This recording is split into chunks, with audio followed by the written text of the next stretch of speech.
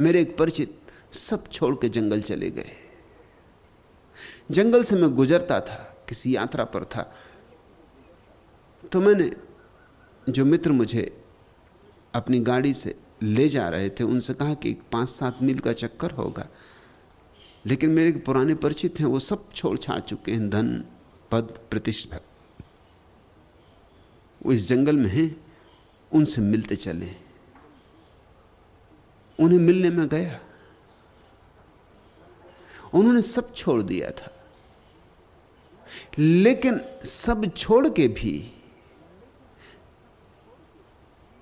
वे जैन थे, सो जैन ही थे। मैंने उनसे पूछा, तुम सब छोड़ आए, समाज छोड़ दिया, घर छोड़ दिया, पत्नी बच्चे छोड़ दिए, धन छोड़ दिया, लेकिन जिस समाज ने तुम्हें यह जैन होने की भ्रांति दी थी,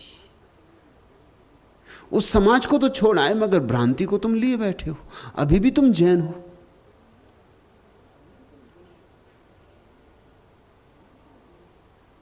उनको एकदम से समझ में ना आया कि यह कैसे छोड़ा जा सकता है। जैन होना क्या है? ज्ञान की एक खास राशि। हिंदू होना क्या है? ज्ञान की एक दूसरी राशि। ईसाई होना क्या है? ज्ञान की तीसरी राशि। जिसने बाइबल से अपना ज्ञान चुना है वो ईसाई, और जिसने गीता से अपना ज्ञान चुना है वो हिंदू। सब छोड़ के आदमी चला जाता है। तुम देखते हो सन्यासी हैं, सब छोड़ देते, मगर फिर भी हिंदू हैं सो हिंदू हैं। ज्ञान नहीं छूटता, और जब तक ज्ञान ना छूटे तब तक जानना कुछ भी नहीं छूटा। समाज मत छोड़ो, चलेगा। घर द्वार मत छोड़ो, चलेगा, मगर ज्ञान छोड़ दो। क्योंकि ज्ञान के कारण तुम्हें भ्रांति हो रही कि मुझे मालूम है, जबकि तुम्हें मालूम नहीं। मालूम तुम्हें तभी हो सकता है जब तुम पहले यह अंगीकार कर लो कि मुझे मालूम नहीं। ज्ञान की यात्रा ही अज्ञान के बोध से शुरू होती। अद्भुत व्यक्ति रहे होंगे सरहपा, एक दिन पांडित्य को लात मार दी, अज्ञानी हो गए,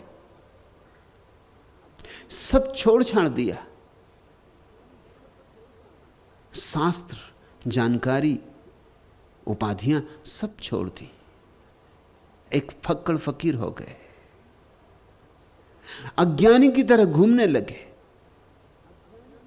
मुझे कुछ मालूम नहीं, ऐसी घोषणा करने लगे। और जो आदमी ऐसी घोषणा करे कि मुझे कुछ मालूम नहीं, मालूम होने के करीब उसके दिन आ गए, समय आ गया, क्योंकि अहंकार गिर गया। अब रुकावट कहां रही? अहंकार की दीवार ही तोड़े थी। ख्याल करना, जानने के लिए छोटे बच्चे जैसा सरल हो जाना जरूरी है। जानने के लिए फिर आंखों में वही आश्चर्य चाहिए जो छोटे बच्चों की आंखों में होता है, और वही निर्मलता, वही निर्दोष भाव, वही छोटी छोटी चीज को देख के अवाक हो जाना। वृक्ष से आते हुआ धूप का एक टुकड़ा, और बच्चा आश्चर्य विमुग्ध हो जाता है, जैसे सोने की ढेरी मिल गई हो।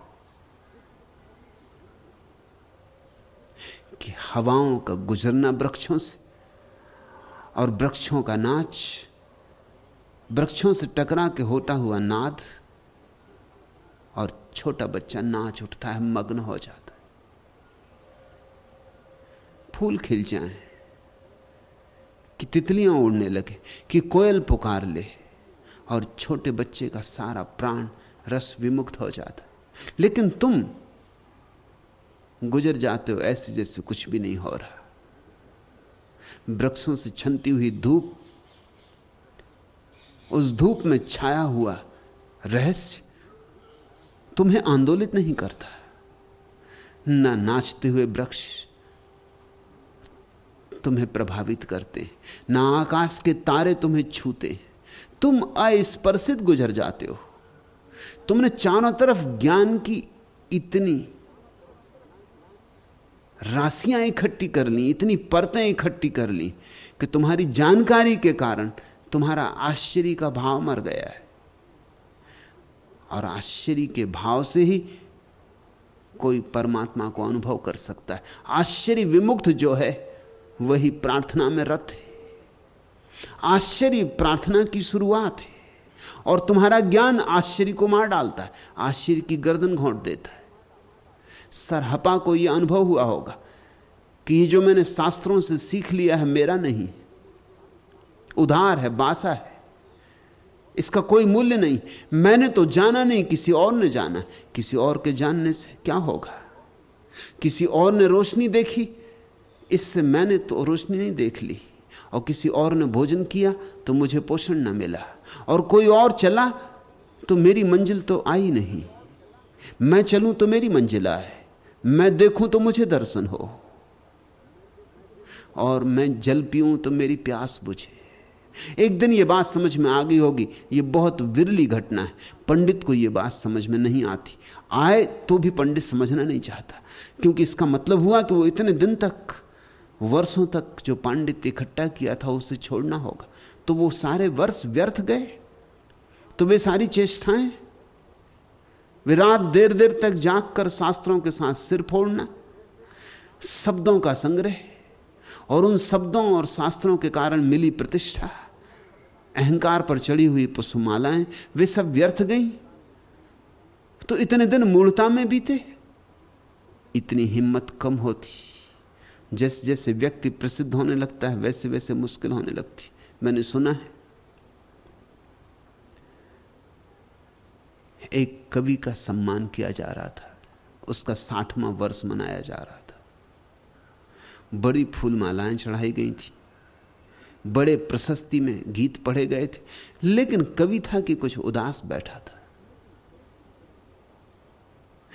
किसी संगी साथी ने पूछा कि आज उदास होने का दिन नहीं, आज इतने उदास क्यों हो?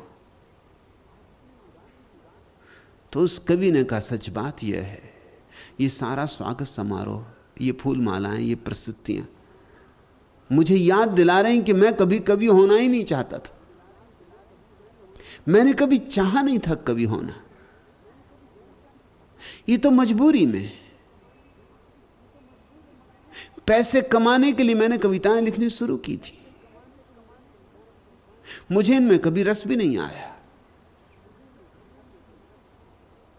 तो उस मित्र ने पूछा कि फिर तुम 60 वर्ष तक राह क्या देखते रहे, छोड़ क्यों ना दिया कविताएं बनाना? उन्होंने कहा, कैसे छोड़ता, धीरे धीरे मैं प्रसिद्ध हो गया। जब तक छोड़ने की नौबत आती, जब तक इतना पैसा मेरे पास हुआ कि मैं छोड़ सकता था, तब तक मैं प्रसिद्ध हो गया था, तब तक लोग मुझे महाकवि समझने लगे थे। फिर कैसे छोड़ता? जब तुम्हारे अहंकार की तृप्ति होने लगे तब छोड़ना बहुत मुश्किल हो जाता है, अति कठिन हो जाता है। फिर तुम्हारा मन भी ना लगता हो तो भी आदमी बोझ को ढो लेता है। थोड़े दिन की बात और है, मौत तो आती ही होगी। अब 60 वर्ष तो हो ही गए, और 10-5 वर्ष खींच लो। अब इतनी प्रसिद्धि मिल गई है, अब इस प्रसिद्धि को क्यों गंवाना? अक्सर ऐसा हो जाता है कि प्रसिद्धि के लिए लोग अपनी आत्माएं खो देते, अपने जीवन की सारी संभावनाएं खो देते। इसलिए मैं कहता हूं, पंडित को ज्ञान कठिन बात है। सरहपा बड़े हिम्मत के आदमी रहे होंगे,